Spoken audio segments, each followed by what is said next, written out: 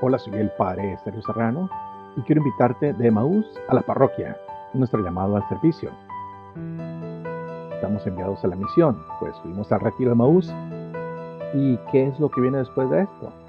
Muchos de ustedes han vivido esos 3 días transformadores, han sentido el fuego del Espíritu Santo, han experimentado la comunidad viva.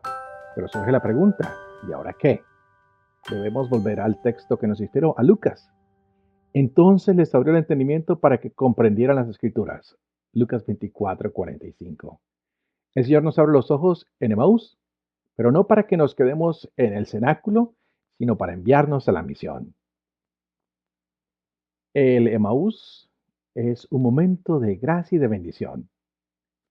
Allí tenemos una experiencia que nos transforma. Emaús es un regalo, es un don. No es que ninguno de nosotros lo mereciera, pero existe hoy en día un peligro, el del turismo espiritual, que ahora queramos ir de un lugar a otro y que pensemos que Emaús es el final.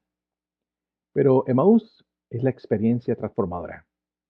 El retiro Emaús es verdaderamente un kairos, un tiempo de gracia especial, como lo fue para aquellos discípulos en el camino de Emaús. Nosotros llegamos con el corazón abatido, con dudas, con el peso de la vida diaria, y Cristo se nos acerca, camina con nosotros y parte el pan con nosotros. En la Constitución Sacramentum Concilium del Concilio Vaticano II se nos enseña que la liturgia es la cumbre a la cual tiende la actividad de la Iglesia y al mismo tiempo la fuente de donde emana toda su fuerza. Sacrosanto Concilium 10. Así que en Emaús experimentamos esto incesantemente. La palabra que se proclama, la Eucaristía que se celebra, la comunidad que se reúne. Como lo dije, Emaús es un don, no es nuestro mérito. Es importante recordar que Emaús es un regalo, es un don, una bendición que recibimos gratuitamente. Como nos dice San Pablo, ¿qué tienes que no hayas recibido? Y si lo recibiste, ¿por qué te glorías como si no lo hubieras recibido? 1 Corintios 4:7.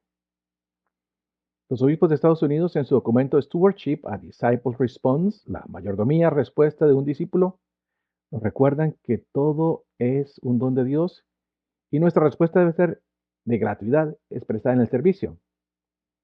En Emmaús tenemos un momento privilegiado donde reconocemos los dones recibidos y discernimos cómo devolverlos multiplicados. El peligro del turismo espiritual. Hermanos, aquí debemos ser honestos. Existe la tentación de convertir a Maús en una experiencia emocional que buscamos repetir una y otra vez, en lugar de sentir ese impulso misionero. Es como Pedro en el monte Tabor. Maestro, qué bien estamos aquí, hagamos 3 tiendas. Lucas 9:33. Así podemos quedarnos nosotros después del retiro. No querer hacer nada más, pero el retiro. Jesús no nos llama a quedarnos en el monte, sino a bajar y a servir. El Papa Francisco en el Evangelio Gaudium nos advierte contra una iglesia autorreferencial que termina enferma. Emaús nos sana para enviarnos, no para encerrarnos. Así que tenemos una llamada al servicio en los retiros. Algunos llamados a servir en Emaús, algunos otros llamados a servir en ¿qué? ¿Qué será? Pues algunos a servir en Emaús. Es cierto que algunos de ustedes sentirán el llamado específico a servir en el ministerio de retiros de Emaús. Y esto es hermoso y necesario, como nos dice San Pablo. Hay diversidad de carismas, pero un mismo espíritu. Diversidad de ministerios, pero un mismo Señor. 1 Corintios 12:4-5. Si el Señor te llama a servir en Emaús, responde con generosidad. Es un ministerio precioso que ayuda a otros a encontrarse con Cristo. Pero escucha bien, ese también debe vivirse en conexión con tu parroquia, no como un universo paralelo. Algunos están llamados a servir en ¿qué?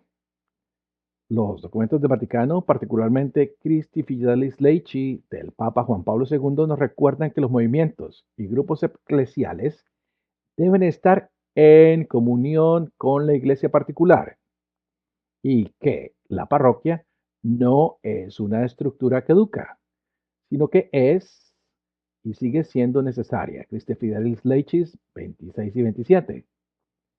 Así que el servicio en Emmaus es valioso cuando nos ayuda a ser mejores miembros de nuestra comunidad parroquial, no cuando nos aleja de ella.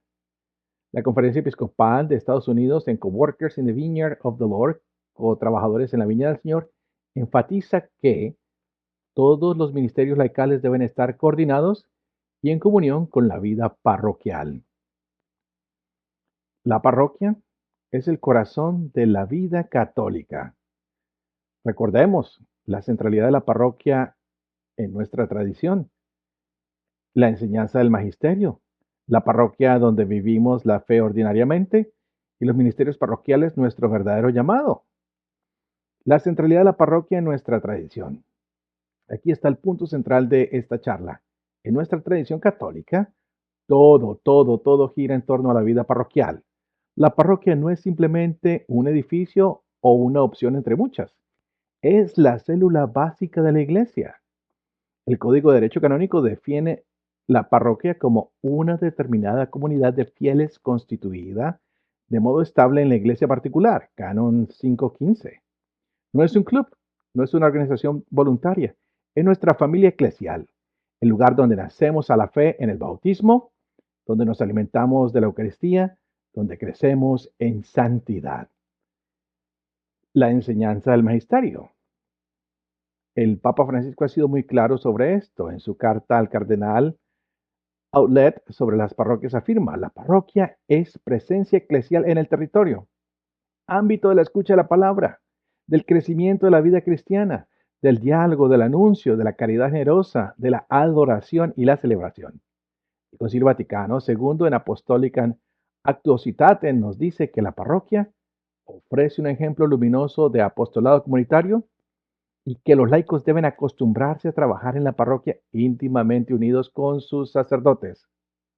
Los obispos de Estados Unidos, en su importante documento Disciples Called to Witness, de New Evangelization, discípulos llamados a dar testimonio, la nueva evangelización, subrayan que la parroquia es donde la mayoría de los católicos experimenta la iglesia y donde ocurre la misión evangelizadora de la iglesia de manera inmediata. Fue de sus parroquias que los llamamos a participar de este retiro, no lo olvidemos. Entonces, la parroquia donde vivimos, la fe ordinariamente. Aquí escuchen esto con atención.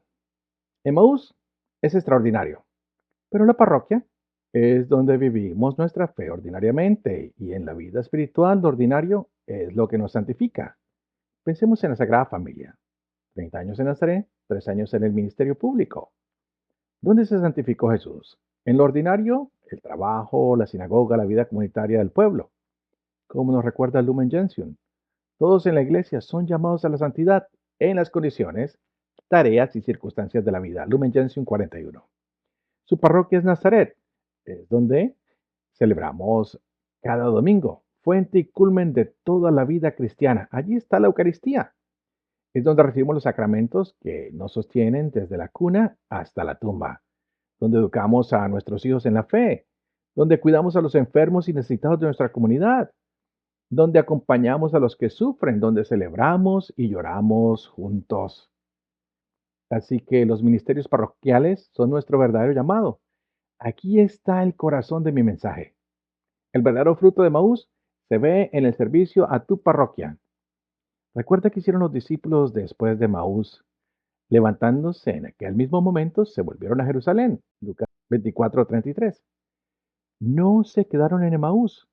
Volvieron a la comunidad a compartir lo que habían visto, a servir. Así que su parroquia necesita catequistas que formen a los niños y adultos en la fe, ministros extraordinarios de la Eucaristía que lleven a Cristo a los enfermos, lectores que proclamen la palabra con dignidad, ministros de música que eleven nuestros corazones, voluntarios de caridad que alimentan al hambriento, vistan al desnudo, miembros del Consejo Pastoral y de Finanzas, visitadores de hospitales y prisiones, maestros de la fe para adultos, acompañantes de jóvenes, servidores de la liturgia. Y como nos dice 1 Pedro 4:10, cada uno ponga al servicio de los demás el don que hayan recibido, como buenos administradores de la multiforme gracia de Dios. 3 compromisos concretos entonces. Primero, den gracias por el don de Maús, pero no se queden ahí. Dejen esa gracia se derrame en el servicio concreto. Segundo, si están sirviendo solo en Emmaús o en grupos fuera de la parroquia, pregúntense, ¿estoy dando a mi parroquia lo mejor de mí o solo las sobras de mi tiempo y mi energía? La parroquia no es secundaria, es primaria. Y tercero, esta semana hablen con su párroco, pregunten, Padre, ¿dónde me necesita la parroquia? ¿Qué ministerio puedo asumir? Y luego, comprométanse, no por un fin de semana, sino para el largo plazo, para la vida cotidiana, para la vida ordinaria de la parroquia. Palabras de los obispos de los Estados Unidos en Stewardship a Disciples Response. El discípulo que practica la mayordomía cristiana reconoce a Dios como el origen de la vida, el dador de la libertad, la fuente de todo lo que tenemos y somos y algún día seremos. Una consecuencia de esta mayordomía es la obligación de compartir nuestro tiempo, talento y tesoro. Que el fuego de Maús no se apague en nuestros corazones, pero que arda donde más se necesita, en nuestras parroquias, en nuestra vida ordinaria, en el servicio fiel y constante a la comunidad que Cristo nos ha dado. Como aquellos discípulos, hemos reconocido al Señor en el partir del pan. Ahora volvamos a nuestra Jerusalén, a nuestra parroquia, y seamos testigos de lo que hemos visto y oído. Y por supuesto, que la Virgen María, estrella de la nueva evangelización, nos acompañe en este caminar. Y que la bendición de Dios Todopoderoso, que es Padre, Hijo y Espíritu Santo, descienda sobre ustedes y los acompañe siempre. Emaús a la parroquia, nuestro llamado al servicio. Suscríbete en mis canales Veritate Padre en Instagram, YouTube, TikTok y Facebook. Que Dios te bendiga.